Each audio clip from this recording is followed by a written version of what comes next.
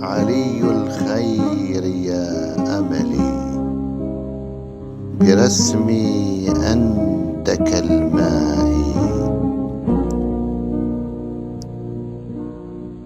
أعيش وأنت في فكري كنور بين أنحائي.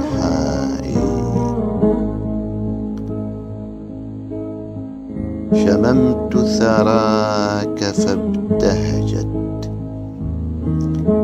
به نفسي كآلائي،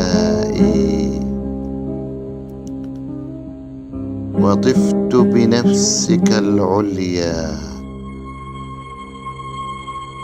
كأني بين أضوائي.